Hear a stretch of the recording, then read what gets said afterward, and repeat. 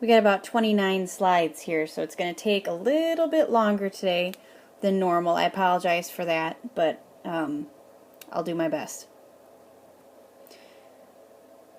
Linnaeus came up with the first classification system, which was based on structure, outward structure, characteristics, anatomy, physiology of organisms.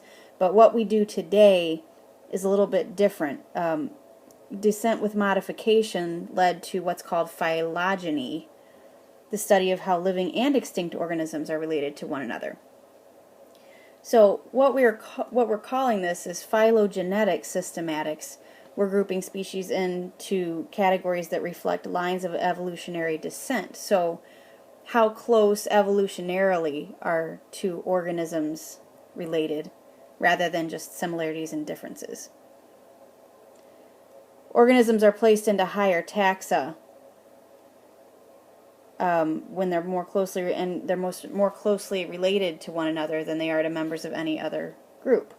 The larger a taxon is, the farther back in time all of its members shared a common ancestor. So go back to the example of the kitchen bowls that have the nesting bowls, that you have the smallest one, the smallest bowl in the middle can hold the smallest amount of sugar, for instance. That's the species bowl, very specific. And then the outside bowl is the domain bowl. Here's a vocabulary term for you. A clade is a group of species that includes a single common ancestor and all descendants of that ancestor, living and extinct. A clade must be a monophyletic group, which is species that are descended from a common ancestor, and they can't include any species that are not descended from that common ancestor. Cladistic analysis basically analyzes the clades that we were just talking about, and they're depicted using a cladogram. Here's what a cladogram looks like. This is a basic one. A speciation event, where we have a branching off into two different lineages, is a basis for the branch point or node. So the node is right there. Each node, this is important to know, represents the last point at which the new lineages shared a common ancestor. The bottom, or the root, is the common ancestor. So that will be right here. This guy right here is the common ancestor. And then we see the splitting off.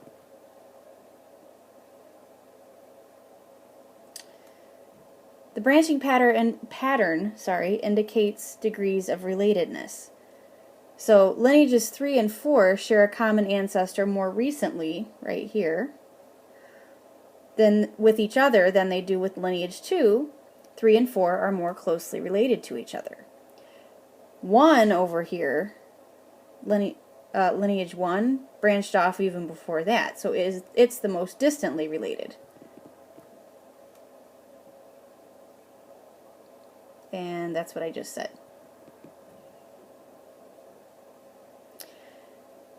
Here's the current hypothesis, and please note that it's a hypothesis, about evolutionary relationships among vertebrates, so everybody with a backbone. In terms of ancestry, amphibians are more closely related to mammals than they are to ray-finned fish. So what we're looking at here is this area of the cladogram. And we're comparing the ray-finned fish and amphibians to the mammals right here. So based on the evidence that's provided, amphibians branched off more recently than the ray-finned fishes. So they're more closely related. Cladistic analysis focuses on certain kinds of characters called derived characters. These are traits that arose in the most recent common ancestor of a particular lineage and was passed on to its descendants. So Linnaeus looked at structural relationships. We're looking at the same thing in some cases, but these are called derived characters. Let's take a look at some examples. Whether or not a character is derived depends on the level. So if we go with 4 limbs, that is a derived character for the clade tetrapoda, which in Latin means 4 limbs. Hair is a derived character for the clade Mammalia. But 4 limbs, so work this through here, 4 limbs is not derived for mammals. If it were, only mammals would have 4 limbs. So 4 limbs is a derived character for tetrapods, but not for mammals, because there are more organisms than just mammals that have 4 legs.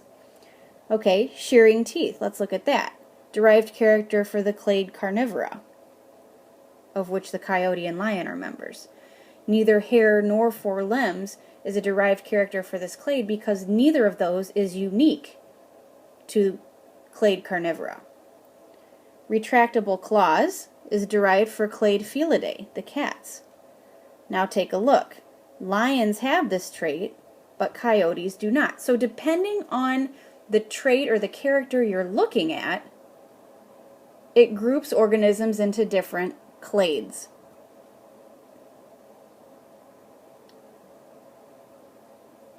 When distantly related groups of organisms have lost the same character, systematists are cautious about using the absence of a trait as a derived character. For example, if we look at whales and snakes, they've lost the tetrapod character of 4 limbs, but they're not very closely related. So you can't group them together based on loss of a derived character. Snakes are part of clade Reptilia, and whales are part of clade Mammalia. Let's take a look at how to read a cladogram. So a little bit similar to what we did before with the nesting bowls. You can see the cat family here. So we have phylogeny of the cat family. So we have the cats here. And then there are clades that move out from there. So let's work this through.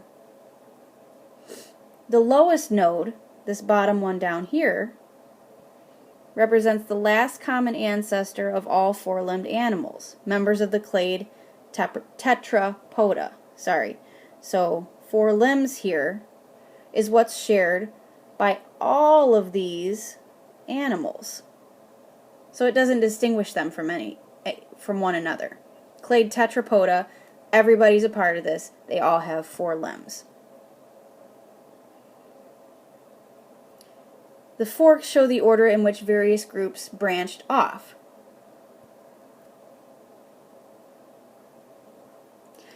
So the positions of the derived characters reflect the order in which those characteristics arose. So let's take a look here. We skipped the reptiles for this example, but 4 limbs appeared before the trait of hair in the history of the cat's lineage. So 4 limbs is here. Hair is here. So you can see hair arose later on, more recently, than 4 limbs. Each derived character defines a clade. Hair, we see, is a defining character for the clade Mammalia. Right here.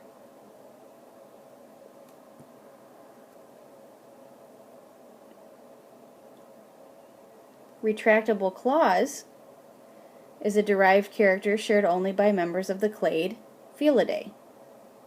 So only the cats at the very end of the cladogram have retractable claws.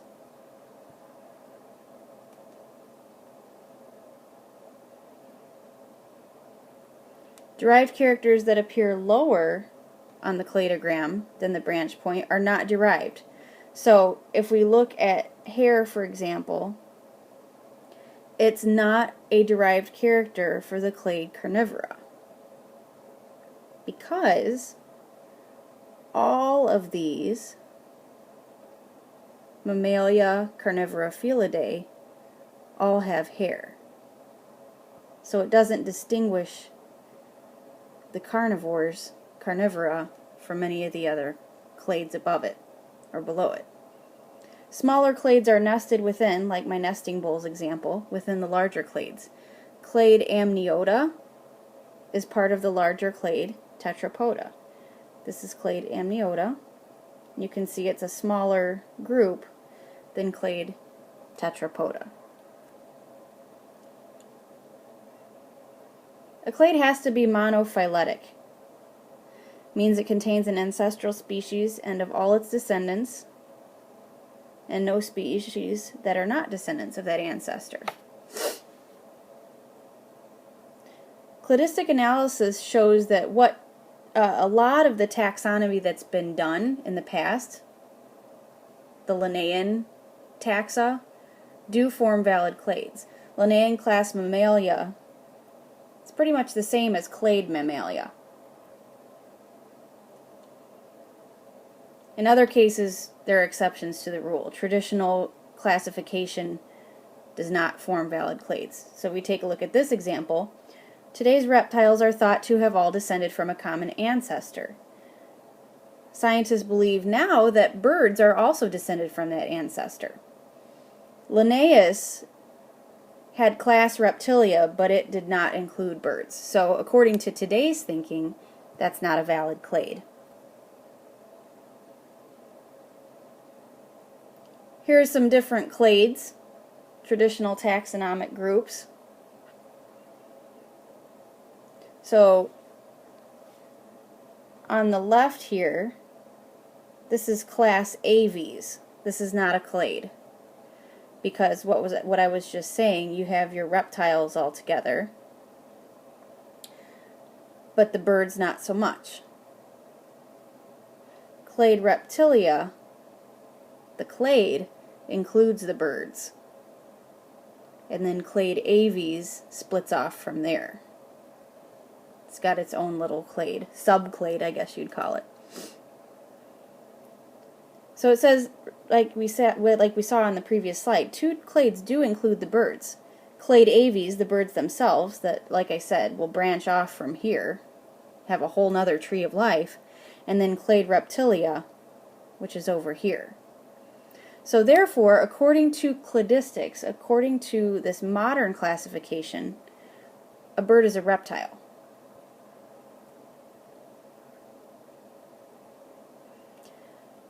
What all living things share is this DNA code that we talked about at the beginning of the semester. Genetic information in their DNA passed on from earlier generations. A wide range of organisms share a number of genes and show important homologies, similarities, that can be used to determine evolutionary relationships. We're going to do this in a lab. Eukaryotic cells have mitochondria, and we talked about how mitochondria have their own DNA, they have their own genes. Because all genes mutate over time, shared genes contain differences that can be treated as derived characters in cladistic analysis. So you can see this DNA changing over time. If two organisms are closely related, those changes will be similar. So similarities and differences in DNA can be used to develop hypotheses about evolutionary relationships.